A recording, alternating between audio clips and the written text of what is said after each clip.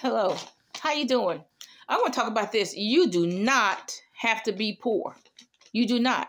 It is not your manifest destiny to be poor. I don't care if your great-grandmother was poor.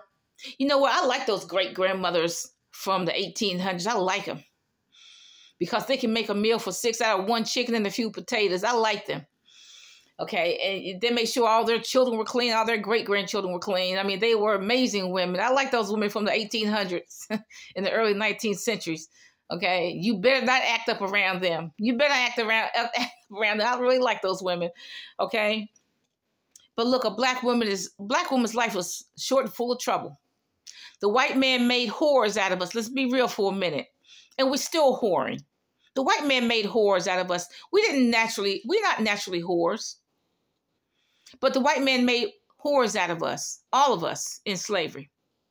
It's in my family too. A lot of us in my family, that whoredom passed through generations, even until now. So but look, you don't have to be poor. Poverty is really a condition of mistakes that you make. That's what my opinion is. It is a condition of the mistakes that you make. So what you have to do is do some mirror therapy and ask yourself, what is that mistake? I remember this lady, she would have a baby almost every year. And she would get poorer and poorer and poorer. And these babies were not by the man I thought was her husband. Because, now that everybody's grown, I'm seeing what everybody looks like. None of the children look like the father at all. So she was just being promiscuous and having babies by different men. You know what? If she had kept her legs closed, she wouldn't have been that poor. If she just kept her legs closed. And there were a lot of women like that, have babies by different men, white men too. And that was unusual for the 1950s. 1950s and 60s to have a baby by a white man and raise him as a black man. But anyway, these black women that I knew back in my day, they were having a lot of babies every month. And most of those kids were not by the husband usually. I see the one I'm talking about were not by the husband. But they got poorer and poorer. If they had just closed their legs, they wouldn't have had all that kind of poverty.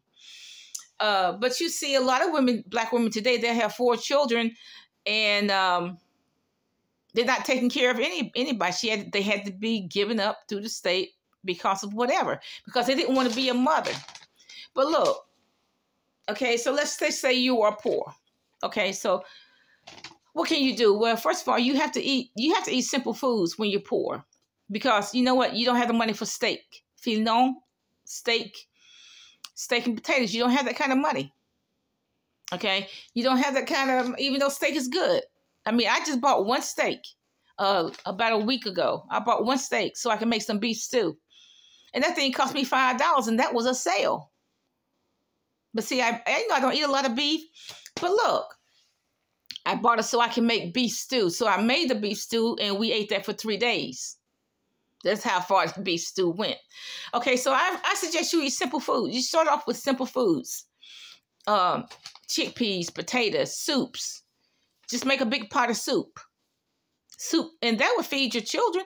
Soup and a grilled cheese sandwich. That is a meal. And actually, the grilled cheese provides a lot of protein and so on. I'm suggesting soups and stews. Bake your own bread. Some people, years ago, this lady who lives cheap, they can make it. Her husband said he can make bread for $0.25. So you can still make bread for $0.25. When I bake bread, it's very cheap. It only costs me like $1.50 to bake the bread. And I make a lot of bread. When I make bread, particularly that Sally Lunn bread, Sally Lunn, which is so delicious. Whenever I bake Sally Lunn bread, it's just a huge bread.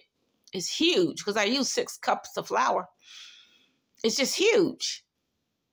But it only costs me, if I do the math, it only costs me $1.50 to make. Because I've checked it out before. It only costs me, and I'm making huge loaves. So, bake your own bread for the time being. Furniture, get that from the thrift shop.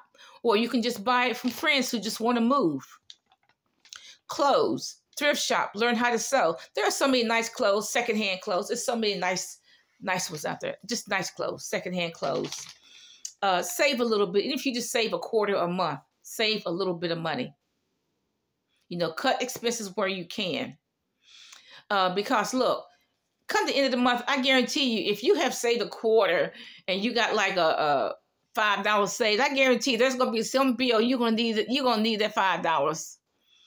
Maybe vitamins, or you gotta pay for meds or something, but you're gonna need that $5. So that's why it's good to save something. If you don't save 25 cents a month, start with that. Maybe you go up to $20 a month, because you're gonna need that money. I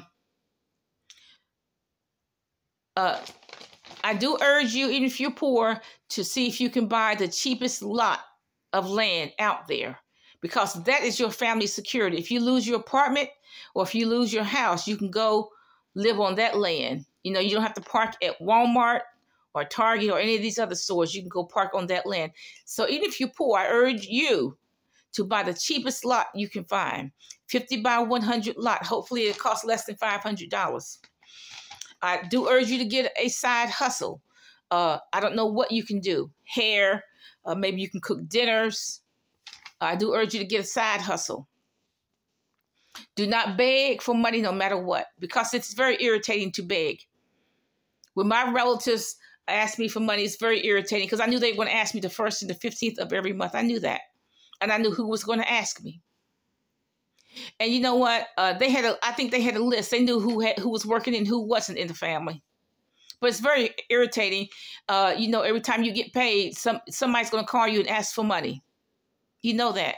And you cannot do anything for your family. You cannot do for your husband. You cannot, hey, you can't even buy a bottle of cologne for your husband, because you know that some relative's going to ask you for that money. You can't do anything for your child, because maybe you want to buy him a little outfit. No, you can't do that, because somebody's going to ask you for money. So, you know, don't beg. You know, just try to do it. Get you a side hustle. Decrease your spending. I used to have a lot of phones. I've decreased that quite a bit now. I'm personally downsizing, trying to get rid of stuff as much as possible. But decrease the spending where you can. You know, maybe, I don't know, you know, like some people don't want to get rid of cable, but I don't know, you know, do something with cable. You have to have internet. You almost have to have it to even function, to even pay your bills and stuff. So you probably should keep internet. I don't know, but you can decrease your expenses where you can. But no, you don't have to be poor. You can make these small changes in your life to add some money to your life. And it will be a good lesson for your children also. Have a nice day.